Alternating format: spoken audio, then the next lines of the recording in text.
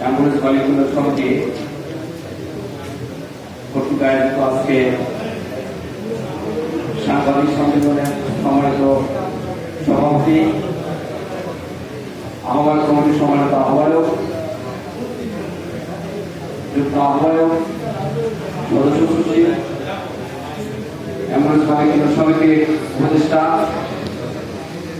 মঞ্চপৃষ্ট প্রাণপ্রিয় অ্যাম্বুলেন্স মালিক সমিতির সদস্যবৃন্দ, বিভিন্ন জেলা থেকে আগত সম্মানিত অ্যাম্বুলেন্স মালিক কল্যাণ সমিতির সদস্যবৃন্দ, আসসালামু আলাইকুম ওয়া রাহমাতুল্লাহ। সম্মানিত ভাইরা আমার, আমরা বক্তৃতা এখানে আমি আজকে চতুর্থ দিন এখানে দাঁড়িয়েছি বক্তৃতা জন্য। অর্থাৎ এই সমিতি মিটিং সিটিং নিয়ে চতুর্থবার এটা দাঁড়ানো হয়েছে। তার অর্থ কি, আমি যদি চারবার দাঁড়িয়ে থাকি আরো সদস্যরা মনে হয় দুই একবার বেশি হতে পারে। আমি সাধারণত একটা মিটিং হয়েছে, তো মিটিং হচ্ছে আমরা কয়েকটা বছর দাবি দেওয়া আমাদের জন্য আমরা রাস্তায় নেমেছি,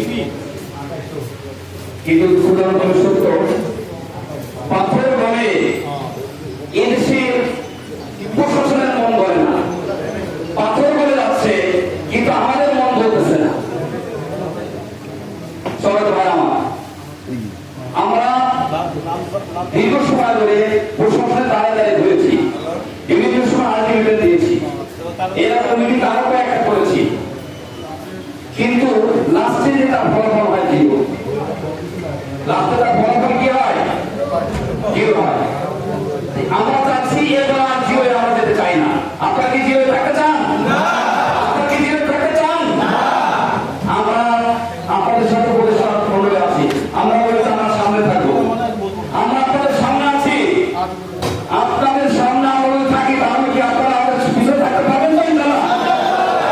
সম্মানিত ভাইরা আমার, আমরা সর্বশেষ 5 তারিখের পরে এই প্রায় 3টা বছর, 2.5 বছর হয়ে গেল, বিভিন্ন সময় প্রশাসনের বিভিন্ন মহানগর করেছি।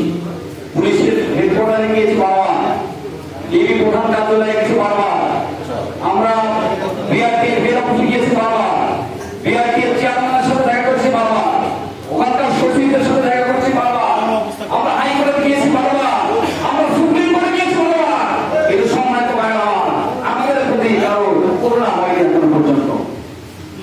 এই জন্য আমরা রাস্তায় নেমেছি, কাপড়ের কাপড় মাথায় বেঁধেছি। এই জন্য আগে কখনো আমরা কাপড়ের কাপড় মাথায় বাঁধি নাই।